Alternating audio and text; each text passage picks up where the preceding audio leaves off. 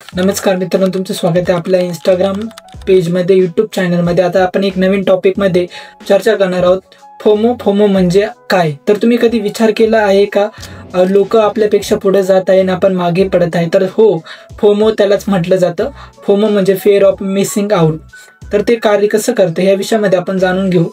तर पहिलं म्हणजे ते कार्य करण्यासाठी तर ते म्हणजे एक स्ट्रॅटेजी तयार करतं. एखादा जर मोबाईल असेल, आयफोन असेल, न्यू प्रॉडक्ट म्हणजे मार्केटमध्ये लॉन्च करत असेल, आउट ऑफ सेल्स किंवा म्हणजे हे प्रॉडक्ट आता अवेलेबल नाही असं म्हणजे फेअर करणं मार्केटमध्ये.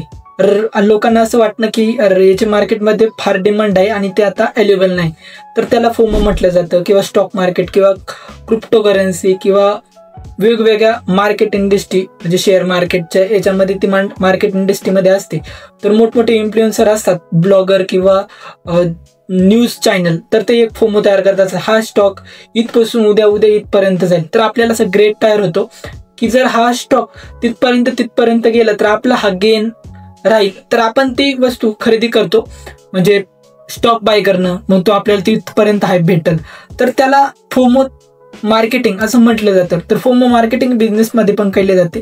मोठमोठे ब्रँड असतात, ते ब्रँडमध्ये फोमो जनरेट करतात. म्हणजे जर एखादी आउट ऑफ सोर्स म्हणजे ही गोष्ट म्हणजे लिमिटेड टाइम ऑफर किंवा 50% ऑफर, वेगवेगळ्या ऑफर लावतात असं कस्टमरला म्हणजे म्हणजे मार्केट म्हणजे त्याला खरेदी करण्यासाठी वस्तू, किंवा 2 दिवस सवलत. म्हणजे वेगवेगळ्या कंपन्यांमध्ये किंवा नेटवर्क मार्केटिंगमध्ये तुम्हाला फोन येत असेल किंवा एखाद्या याच्या कोर्स बेस तुम्ही बाय करता, कॉलेजला ऍडमिशन घेतात, तिथं पण म्हटलं जातं सर ती लिमिटेड सीट आहे, एवढ्या सीट आहे आता आमच्याकडं, त्याच्यानंतर आमच्याकडे सीट नाही. तर त्याला फोमो म्हणतात, FOMO of fear of missing out.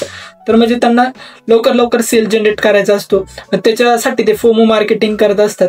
FOMO marketing केल्याने तर त्यांना पण फायदा होतो, आपल्याला नुकसान होतं.